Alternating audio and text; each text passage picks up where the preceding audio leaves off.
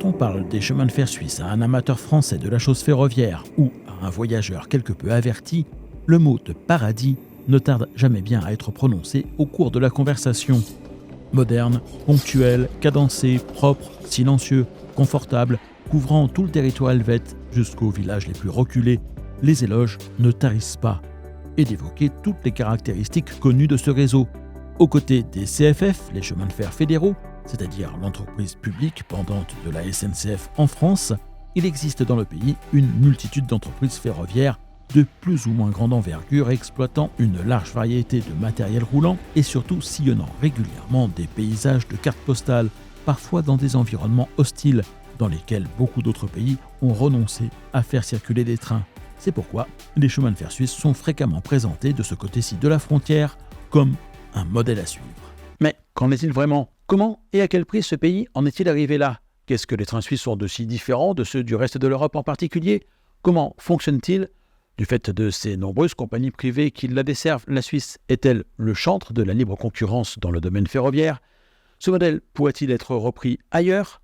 Beaucoup de questions et quelques autres encore auxquelles je vais tâcher de répondre dans ce nouveau numéro. Bonjour et bienvenue dans Aiguillage.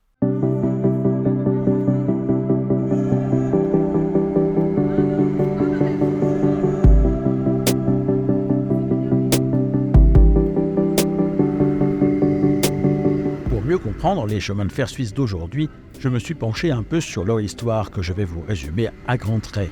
Vous en retrouverez une version beaucoup plus détaillée dans ce livre de Jean Tricouart, dont je ne peux que vous recommander la lecture si le sujet vous intéresse. Il est paru aux éditions La Vie du Rail. Ce que j'en ai retenu d'essentiel, c'est que du fait de l'histoire politique mouvementée de ce pays, qui doit composer avec des populations porteuses de 4 langues et par conséquent de 4 cultures assez différentes, mais aussi avec un ensemble de 26 territoires qui ont à tour de rôle librement choisi de se rassembler après moult discussions sous la bannière d'un État fédéral dont il constitue les cantons, la Suisse ne s'est posée que tardivement par rapport à ses voisins européens la question du développement d'un réseau ferroviaire sur son territoire.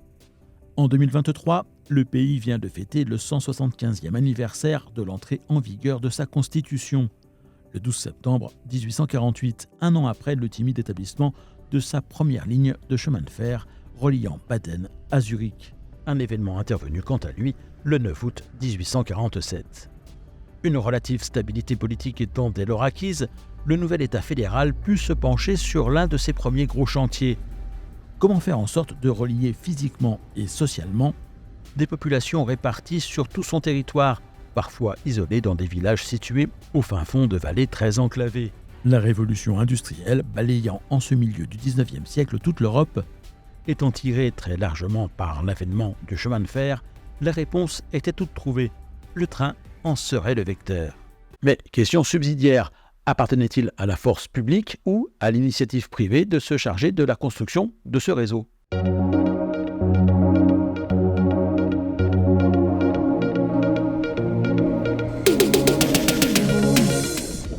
Le tout nouvel État fédéral préféra s'en remettre à des entreprises et à des financements privés, d'ailleurs souvent venus de l'étranger, dont la France. Très vite, 8 compagnies, en ayant acheté de plus petites, finirent par se partager dans la seconde moitié du XIXe siècle, le réseau ferroviaire recouvrant peu à peu le territoire helvète. La grande affaire de cette époque sera l'établissement d'une artère ferroviaire nord-sud traversant les Alpes, dont la construction sera une très grande consommatrice de capitaux, la ligne du Gothard, dont la naissance et le développement mériteraient à eux seuls un épisode entier, tant cette ligne a été un projet fédérateur pour le pays, dont les répercussions se feront sentir bien au-delà de la simple liaison ferroviaire établie.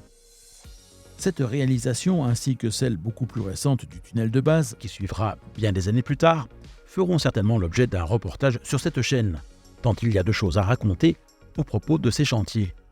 À l'époque de la construction de la ligne sommitale, l'histoire ferroviaire suisse présente bien des similitudes avec celle que l'on a connue en France.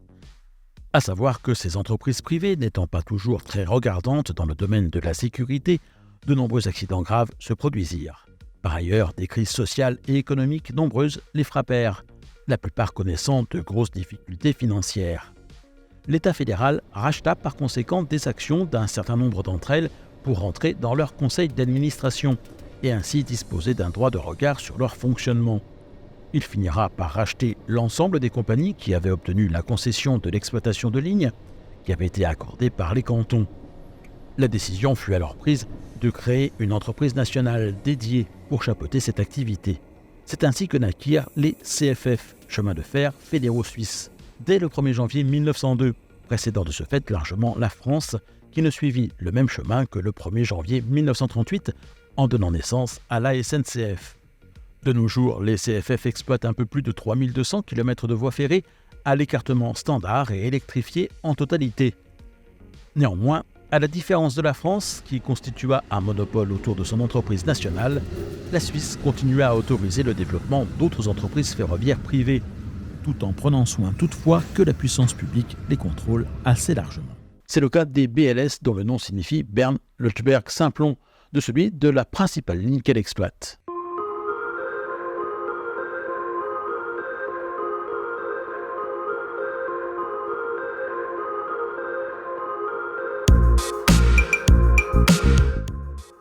Les BLS entretiennent 420 km de voies ferrées à voie normale, également totalement électrifiées, et font rouler des trains sur un réseau qui en compte 100 de plus. L'entreprise est née de la fusion de plusieurs compagnies qui l'ont précédée et qui ont contribué à la création d'une seconde ligne nord-sud parallèle à celle du Gotthard et comportant elle aussi un grand tunnel sous les Alpes. S'il s'agit bien d'une entreprise privée, il est intéressant de relever la composition de son capital qui, à l'image de l'ensemble des autres compagnies ferroviaires suisses, est très largement placé entre les mains de la puissance publique.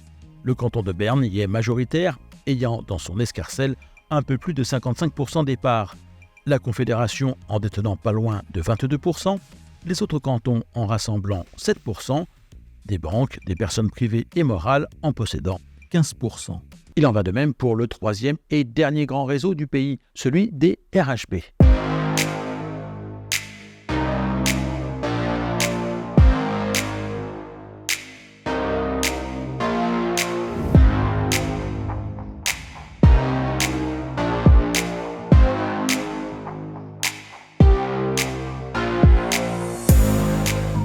Les célèbres Rätische-Bahn.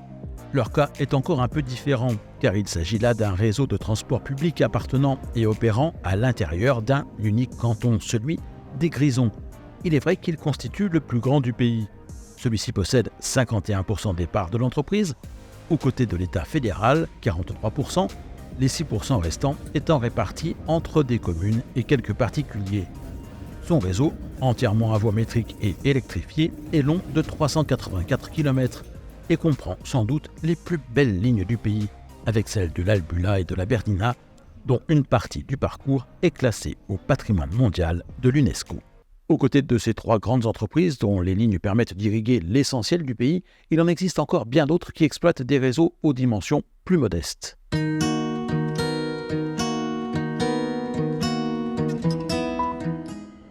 Je vous en cite rapidement quelques-unes. La Zentralbahn, ou chemin de fer du centre, qui exploite 96 km de lignes à voie métrique autour de Lucerne. Le Matterhorn-Gotthardbahn, son réseau comprend 144 km de lignes à voie métrique. Sa principale relation permet de relier Zermatt à Disentis. Le Südostbahn, ou chemin de fer du sud-est, 123 km à voie normale, est implanté à Saint-Gall, mais a également repris l'exploitation de la ligne sommitale du Gotthard de Lugano à Bâle par Lucerne.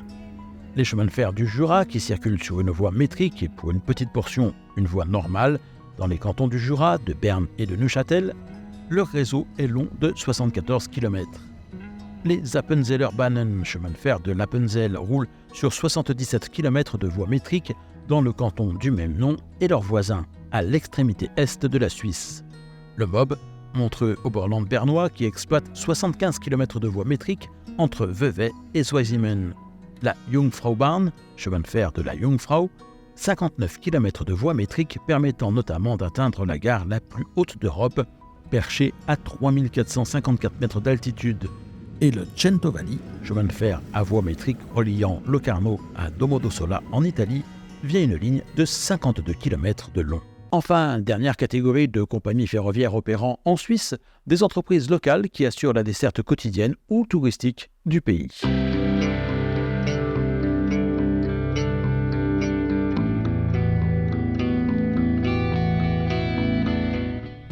C'est le cas des transports de Martigny et région basés à Martigny, qui opèrent notamment le Mont-Blanc Express vers Valorcine, des TPC, Transport public du Chablais, qui exploitent 69 km de voies métriques autour d'Aigle, des TPF, Transport public fribourgeois, qui rayonnent autour de Fribourg, des transports publics de Morges-Bière-Cossonay, qui sont basés à Morges, du Nyon-Saint-Sergue, qui opère à partir de Nyon, de Travis, transport de la vallée de Joux et Verdon-les-Bains-Sainte-Croix, qui irrigue le nord du canton de Vaud, et de Trincennes, qui opère autour de Neuchâtel. Toutes ces compagnies qui forment le paysage ferroviaire suisse contemporain résultent de la fusion d'entreprises qui les ont précédées.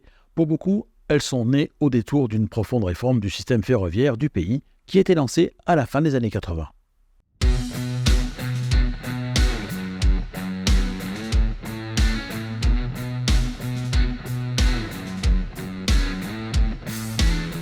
La Suisse n'a pas échappé à la tendance enregistrée dans de nombreux autres pays européens, celle de la baisse de la fréquentation de ces trains sous l'influence de la concurrence de la route dans les années 70.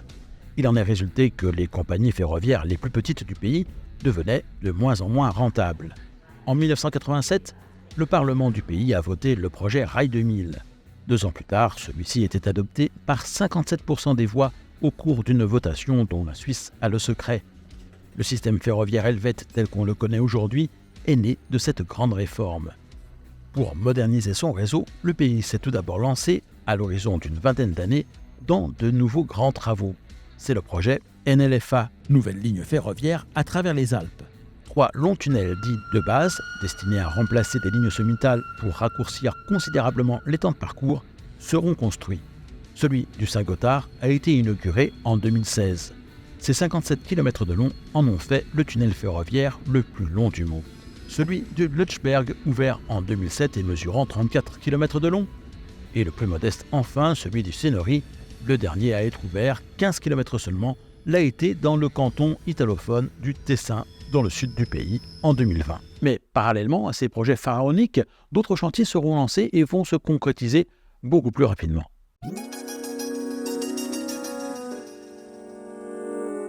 Le projet Rail 2000 a été porté par la promesse de 5 heures à minuit, d'un train par demi-heure et par sens, et même d'un train chaque quart d'heure dans les plus grandes villes du pays, et enfin un train toutes les 7 minutes dans les plus grandes agglomérations, Zurich, Bâle, Berne, Winterthur, Lausanne, Lucerne, Olten, Delémont, Coire et Saint-Gall. Pour assurer une intégration complète des déplacements par le train à l'ensemble du système de transport, cette nouvelle organisation a supposé de refondre 90% de l'offre ferroviaire, mais aussi de tous les autres modes de déplacement en correspondance avec le train, les bus, les bateaux et autres funiculaires. C'est à ce prix que le principe des horaires cadencés a pu être mis en place. Cette solution présente l'avantage que les usagers des transports en commun peuvent mémoriser très facilement les horaires des lignes qui les intéressent, puisque les trains partent à chaque heure ou demi-heure, toujours à la même minute. Quant aux usagers occasionnels, ils n'ont même pas à vraiment s'inquiéter des horaires des trains. Il leur suffit de se présenter à la gare et de monter dans le premier qui vient et dessert la destination voulue. Une sorte de RER, mais à l'échelle d'un pays tout entier. Et la promesse ne s'arrête pas là. La nouvelle organisation est aussi mise en place de manière à réduire au maximum le temps à attendre entre 2 correspondances. Et comme les Suisses aiment par-dessus tout travailler sur le temps long et planifier, tout est prévu à l'avance, y compris le numéro du quai qui est toujours le même. Ainsi, lorsque l'on achète un billet de train, même si le trajet suppose des correspondances, même si celles-ci se font avec différentes entreprises, le numéro du quai d'arrivée et celui de départ est indiqué sur votre billet, au même titre que les horaires. Pour les usagers du quotidien, diverses formules d'abonnement sont disponibles. La Suisse compte près de 9 millions d'habitants. Ils sont 5 millions à être titulaires de l'un d'entre eux.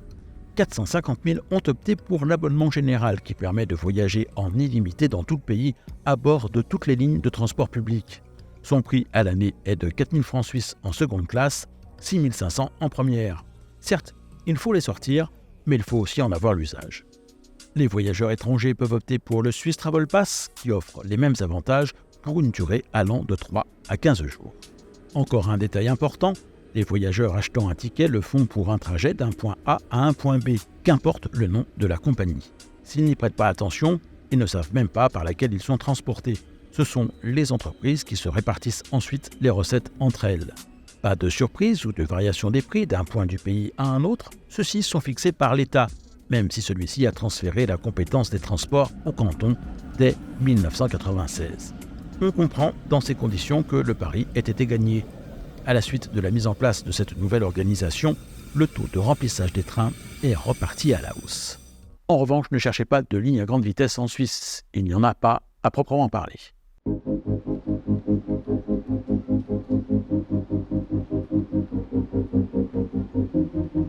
Pas de TGV ou d'autres trains à grande vitesse, en tous les cas lancés à plus de 300 km/h. La taille du pays ne le justifie pas.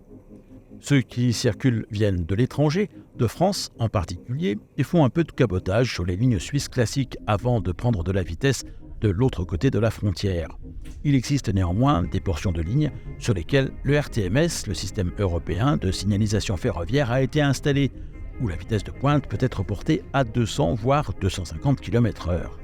Les trains atteignant ces performances sont pendulaires. Il s'agit de rames spécifiques à motorisation répartie. Leur caisse peut s'incliner jusqu'à 8 degrés pour compenser le faible dévers des voies. Elles ont été mises en service sur les relations Milan-Genève par le Simplon, Milan-Zurich par le Gotthard et Milan-Berne par le Leuchtturm. En Suisse, en 2023, 92,5% des 12 000 trains circulant quotidiennement étaient à l'heure, un retard étant pris en compte dans ces statistiques à partir de 3 minutes.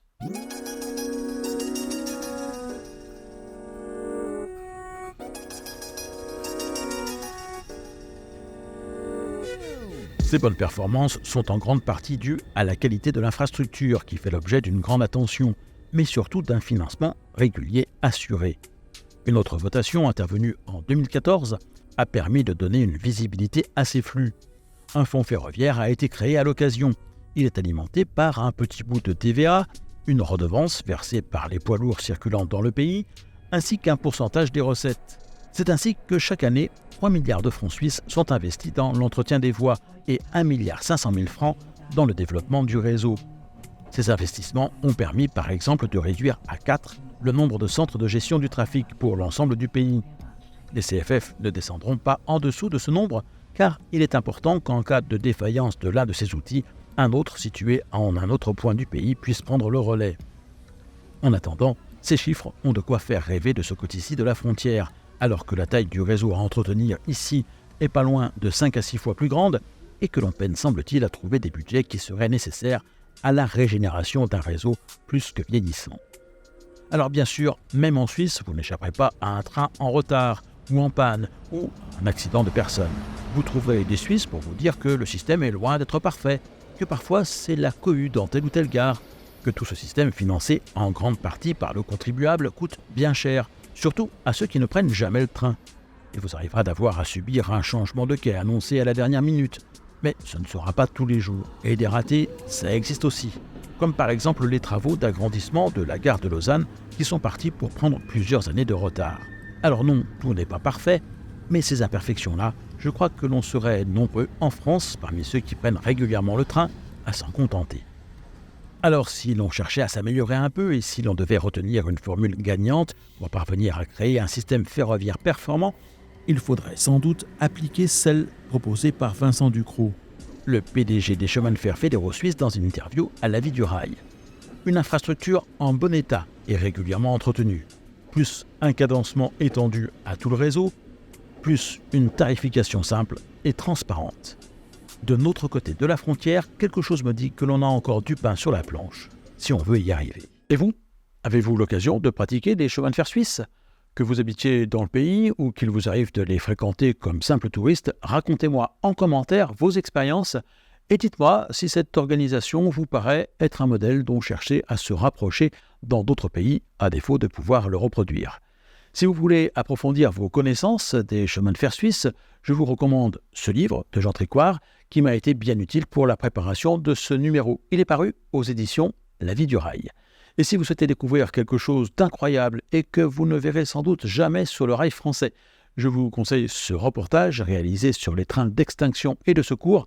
Il y a en Suisse de véritables casernes installées dans plusieurs gares à partir desquelles des trains pompiers suréquipés sont prêts à intervenir à tout moment et dans les plus courts délais sur les rails en tout point du territoire.